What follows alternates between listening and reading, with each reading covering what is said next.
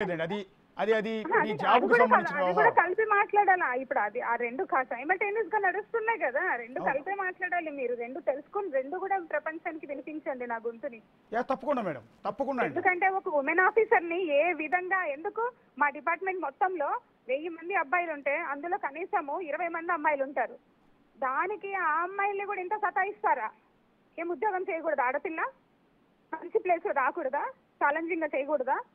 వాళ్ళకి ఎదురుగా నిలబడుతున్నాం అనేసేసి ఈ విధంగా మాట్లాడతారా? ఇది ఫైట్. ఇప్పుడు నా ఫైట్ ఒకవైపు ప్రొఫెషనల్ గా, ఒకవైపు పర్సనల్ గా. ఇందులో ఈ చివరికి నేను మిగులుతానో లేదో కూడా నాకు తెలీదు. త్వరగా గుండె ఆగిపోవడం లేదు నాది.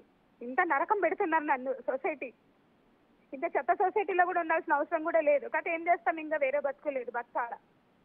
బలవంతంగా చావలేను కదండి సార్ నేను. లేదు మేడం. లోకంలో మిమ్మల్ని అర్థం చేసుకునే వాళ్ళు ఉన్నారు. మిమ్మల్ని అపార్థం చేసుకునే వాళ్ళు ఉంటారు. అపార్థం చేసుకునే వాళ్ళని పక్కన పెట్టండి. ఈ రోజు మీకు అండగా నిలుస్తున్న వాళ్ళతో అపార్థం చేసుకునే వాడికి పొద్దున లేస్తే నాకు అర్థం కాదండి. పొద్దున లేస్తే వాడి ఇంట్లో సంత సరిపోదా? ముందు చక్కగా పెళ్ళాంతో మాట్లాడి పెళ్ళాంకి ఏం కావాలో చూసుకోమనండి. కామెంట్లు చేయడం కాదు. చక్కగా పెళ్ళాంకి పొద్దున లేచి ఆమెకి ఏం కూరగాయలు కావాలో, ఏమి తెచ్చిస్తే ఆమె వంట చేసుకోగలదో, లేకపోతే పోయి ఆమెకి ఏమన్నా అవసరం ఉందో చూసుకోమనండి. అది వదిలేసేసి తారగా దొరికారనేసి మెసేజ్లు పెడతా ఉన్నారు. ఇంకా ఉమెన్ కొంతమంది లేడీస్ ఉన్నారు. ఏం తెలుసో మరి అమ్మగారులకి ఏం తెలీదో మరి నాకు తెలీదు. అంతగానము మాట్లాడడానికి ఏముంది? వాళ్ళు ఏమన్నా నా పర్సనల్ లైఫ్ వచ్చి చూస్తారా? వాళ్ళు వచ్చి ఒక వారం రోజులు నాతో ఉండమనండి, తెలుస్తుంది ఎవరైతే మాట్లాడుతున్నారో వాళ్ళు. నేనేం కష్టపడుతున్నాను, ఏం చేస్తున్నాను, ఏం తింటున్నాను, ఏం తాగుతున్నాను. 4 రోజులే నేను అన్నం తినక, ఇంకో 2 రోజులు అంటే హాస్పిటల్ జాయిన్ కావాలా నేను? ఏంటి అంత అసలు వాళ్ళ పనులు లేక ఇవన్నీ, పని పట్టలేని వాళ్ళకి ఇవన్నీ వచ్చేవి. ఖచ్చితంగా మేడం. లోకంలో పని పాట లేని వాళ్ళు చాలా మంది ఉన్నారండి. ఎంతసేపు వాళ్ళ ఇంట్లో మీరు అన్నట్టుగానే వాళ్ళ పిల్లలు చదువుకుంటున్నారా, వాళ్ళ జీవితం ఏంటి, ఇది కాకుండా కూడా పక్కింటి వాళ్ళు ఎదుటింటి వాళ్ళ గురించి ఆలోచించి సోషల్ మీడియాలో పిచ్చి రాతలు రాసే వెధవులు చాలా మంది ఉన్నారు. సో వాళ్ళ గురించి ఇప్పుడు మీరు పట్టించుకోవద్దండి. మీరు హ్యాపీగా మధ్యాహ్నం భోజనం చేయండి, ఫైట్ చేయండి. ఈ టైంలో మీ ఉన్న బాధలో సంతోషంగా ఉండమని నేను చెప్పను, కానీ ఈ టైంలో మీరు పోరాడుతున్నారు, పోరాటం చేయాలండి. అంతేగాని మీరు భోజనం మానేసి మీకు బిడ్డ ఉన్నాడు ఇప్పుడు. ఎక్కడ తినమంటారు సార్? ఎక్కడ తినమంటారు చెప్పండి? నా బిడ్డల్ని దూరం, నా బాధ అంతా నా బిడ్డల్ని దూరం చేసింది ప్రపంచము. నిజము మీరు నమ్మండి, నమ్మకపోండి. అట్ ద లాస్ట్ నాకు మిగిలింది ఒక్కొక్క బిడ్డ, ఒక మగ బిడ్డ. అది కూడా రేపు సుభాష్ నాకు ఇచ్చేయంటే ఇచ్చేయాల్సిందే. నేను చివరికి నేను ఒంటరిగా మిగిలిపోయాను. లేదండి, ఇప్పుడు మీకు 2 ఆడపిల్లలు ఉన్నారండి, ఒక బాబు ఉన్నాడు, 3 పిల్లల తల్లి మీరు. లేదు లేదు, నాకు వద్దు నాయన. మీరు చేసిన మీరు ఈ సంత చేసిన పంచాయతీకి, సంత మీన్స్ ఈ మీడియా వాళ్ళు కొంతమంది చేసిన పంచాయతీకి నేను నా బిడ్డల్ని ఎట్టి పరిస్థితిలో చూడలేను. వాళ్ళు ఎక్కడున్నా సరే సంతోషంగా ఉంటే చాలు. అంటే ఆడపిల్లలు ఇద్దరిని మదన్ మోహన్ ఇచ్చేసే ఆలోచనలో ఉన్నారా? నేను చూడండి, అసలు ఇచ్చేయాలి, ఏమన్నా తీసేసుకోవాలి ఆయనే. నేను చూడండి, నేను నా బిడ్డలకి నా మొహం చూపించాను నేను. కానీ ఎలా అండి, మీరు ఒక తల్లి అండి, 9 నెలలు మోసారు. మొన్న మీరు ప్రెస్ మీట్ లో చూడలేను. నా తల్లిని మీరు ఎన్ని మడకలు వేశారు, మీరు మీన్స్ అంత కొంతమంది. మీరు మన ప్రెస్ మీట్ లో అన్న మాట ఒకటి నిజంగా అందరినీ గుండెల్ని కదిలిచ్చిందండి. ఇంత పెద్ద పొట్టతో కవల పిల్లలు ఇద్దరిని మోసానండి, నా స్కార్స్ మరకలు ఇప్పటి వరకు ఇక్కడ దాకా ఉంటాయి నాకని మీరు ఆ రోజు చెప్తూ ఉంటే నమ్మరండి. అసలు ఒక తల్లి ఒక్క బిడ్డను మోయడమే చాలా కష్టం. పొట్ట 5 కేజీలు అంటేనే నాకు 10 కేజీలు పొట్ట తయారైంది. నేను మోసి పిల్లల్ని నేను మీరు ఎవడన్నా కన్నారా? సిగ్గులేదు అసలు అలా మాట్లాడడానికి. వీడు మాట్లాడతాడు మళ్ళీ, నేను వచ్చాను ఇంటికి వచ్చేసాను అని. 5 నెలల వరకు కలవకూడదని డాక్టరే చెప్తుంది. అట్లాంటి 3 నెలల కడుపుతో నేను వాడితో కలిసానంటే ఎంత సిగ్గు చేయడం, ఎంత అవమానం ఒక మగ జాతికి. ఆ విషయంలో ఒక మగవాడిగా నేను కూడా బాధపడుతున్నాను. అట్లా భార్యతో కలిసిన విషయాన్ని ఏ భర్త ఏ మగాడు బయటికి చెప్పండి. ఎప్పుడో విడిపోయాడు వాడు, నాకు భర్త ఎట్లా అవుతాడు? నేను అతని నా భార్య అంటున్నాడు. ఏంటి ఆయన భార్య, నేను ఇంకొకరి భార్యని ఎప్పుడో నేను చెప్పేశాను, ఎప్పుడో అయిపోయింది. అంటే ఆయన నిన్న మాతో కూడా మాట్లాడాడండి. ఆయన అంటున్నది ఏంటంటే, నేను నెల క్రితం నాతో మ్యూచువల్ డైవోర్స్కి సంతకం పెట్టించింది ఆవిడ, పెట్టించే టైంలో 3 కోట్లు ఇస్తానంది. ఆ తర్వాత అది 2016 డేట్తో వేస్తున్నాం అని చెప్పారు. దాన్ని కూడా నేను ఒప్పుకున్నానంటూ ఉన్నాడు. యాక్చువల్లీ 2016 డాక్యుమెంట్ కాదు అది. అది మాత్రం సార్, మీరు అతను చెప్పింది నమ్మాలనుకుంటే నమ్మండి. He is not a child, he is not uneducated, he is return from USA. 2 times Indian government మోసం చేసి పోయొచ్చినోడు. కాబట్టి అంత చిన్న పిల్లోడు ఏం కాదు. ఈ రోజు ఇంత సాధిస్తా ఉన్నాడు ఒక ఆడదాన్ని, ఏమవ్వదు నాకు వచ్చి నష్టం ఏమీ లేదు. నా ఉద్యోగం పోయినా సరే నేను అడ్వకేట్ గా ప్రాక్టీస్ చేసి నా బిడ్డని బ్రతికిస్తాను. నా బిడ్డల్ని కాదు, నా బిడ్డని. నాకు ఒకడే బిడ్డ ఇప్పుడు నేను చూసుకునేది. నా ఇద్దరు బిడ్డల్ని చూసుకోలేను, నేను వాళ్ళకి నా మొహం చూపించలేను. వాళ్ళ మెయింటెనెన్స్ కింద గవర్నమెంట్ జీతం ఎంతో గవర్నమెంట్ ముందు పెడతాను, ఆయన జీతం ఎంతో పెడతాడు, ఆయనే చూసుకోవాలి. ఆయన పిల్లలకి మంచి తండ్రి, వెరీ గుడ్. నేనే చెడ్డ తల్లిని, అదే కదా అతను ప్రూవ్ చేయాలనుకుంటున్నాడు. మేడం ఈ టైంలో సరే మదన్ మోహన్ మిమ్మల్ని మోసం చేశాడు అనుకుందాం, మదన్ మోహన్ మిమ్మల్ని ఇబ్బంది పెడుతూ ఉన్నాడు, సరే మిమ్మల్ని సాధిస్తూ ఉన్నాడు. ఈ టైంలో మీకు తాళి కట్టి మీతో బిడ్డని కన్నా మీ భర్త సుభాష్ రెడ్డి ఎందుకు దూరంగా ఉంటూ ఉన్నాడు? ఈ టైంలో కష్టకాలంలో ఉన్నారు, మీరు కన్నీళ్లు పెట్టుకుంటున్నారు. మీరు నేను కష్టకాలంలో ఉంది అతని వల్ల ఏం కాదు.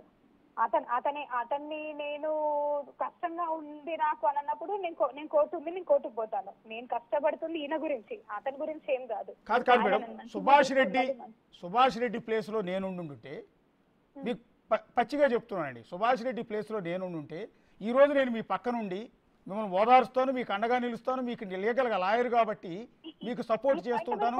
ఎవరైతే సొసైటీ మీ మీద దాడి చేస్తోందో ఆ సొసైటీతో నేను ఫైట్ చేస్తాను అతని ప్లేస్ లో నేను ఉంటే. ఆవిడ అతని పెద్ద భార్య అని మళ్ళీ వచ్చి ఎవరైతే వచ్చిందో ఆవిడ చెప్పాలండి, ఒక బిడ్డకి అన్యాయం జరుగుతా ఉందమ్మా, ఇంకా ఏమి మోసం చేస్తావు వాళ్ళిద్దరిని అనేసి నన్ను మా ఆయనని ఆవిడ ఇంకా మోసం చేస్తా ఉంది. ఈ మాట మీరు ఆవిడకి చెప్పండి. ఎవరికండి? సుభాష్ పెద్ద భార్య మమ్మల్ని మోసం చేస్తా ఉంది కదా, ఆవిడకి చెప్పండి. అంటే ఏ విధంగా మోసం చేస్తుంది మేడం? చెప్తున్నారు కదా మీరు, సుభాష్ వచ్చి మీ ఆయన ప్లేస్ లో నేను కనుక ఉంటాను, ఇది ఆవిడ అంటే ఆవిడతో డైవోర్స్ తీసుకోకుండానే మిమ్మల్ని పెళ్లి చేసుకున్నారా? తీసుకున్నాడో తీసుకోలేదో, నాకేమో తీసుకున్నారనే తెలుసు, ఇప్పుడేమో తీసుకోలేదు. గొడవది జరుగుతూ ఉంటాయండి. ఇప్పుడు పర్సనల్ విషయాల్లో 1,00,000 జరుగుతూ ఉంటాయి సార్. ఇవన్నీ కోర్టు డిసైడ్ చేస్తుంది, మనం ఏమి చెప్పలేము కదా. ఇప్పుడు నేనేమైనా చెప్పగలనా, నేనేమైనా అనగలనా? కానీ మేడం నేను మీ వైపు నుంచి మాట్లాడుతున్నానండి. మీరు ఇవాళ కన్నీళ్లు పెట్టుకుంటున్నారు, కష్టాల్లో ఉండి ఒంటరి పోరాటం చేస్తున్న మిమ్మల్ని అతను పట్టించుకోవటం లేదు. ఎక్కడో హైదరాబాద్లో వచ్చి కూర్చున్నాడు.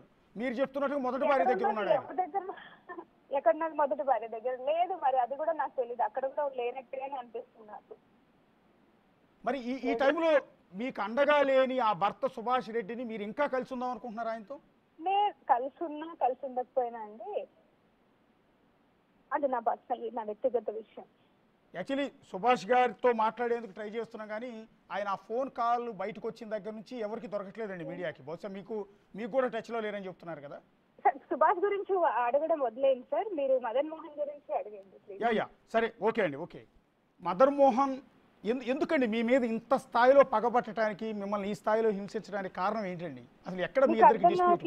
సార్, ఒక మనిషి ఇలా వచ్చి ఇంతగా మాట్లాడుతున్నాడంటేనే అతని మెంటల్ స్టేటస్ ఏముందని మీరు తెలుసుకోవాలి.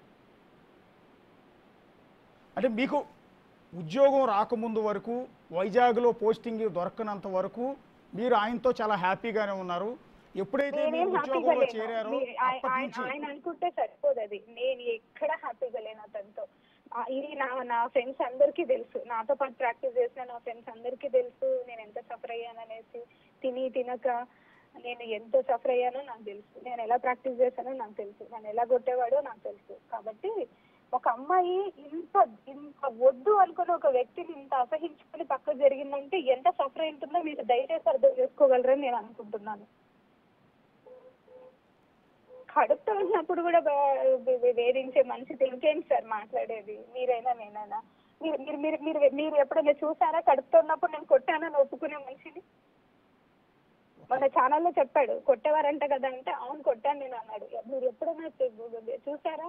మామూలుగా కొట్టేవాళ్ళు వేరు, ఒక గర్భిణిని నేను కొట్టానంటే ఇంకా అంతకు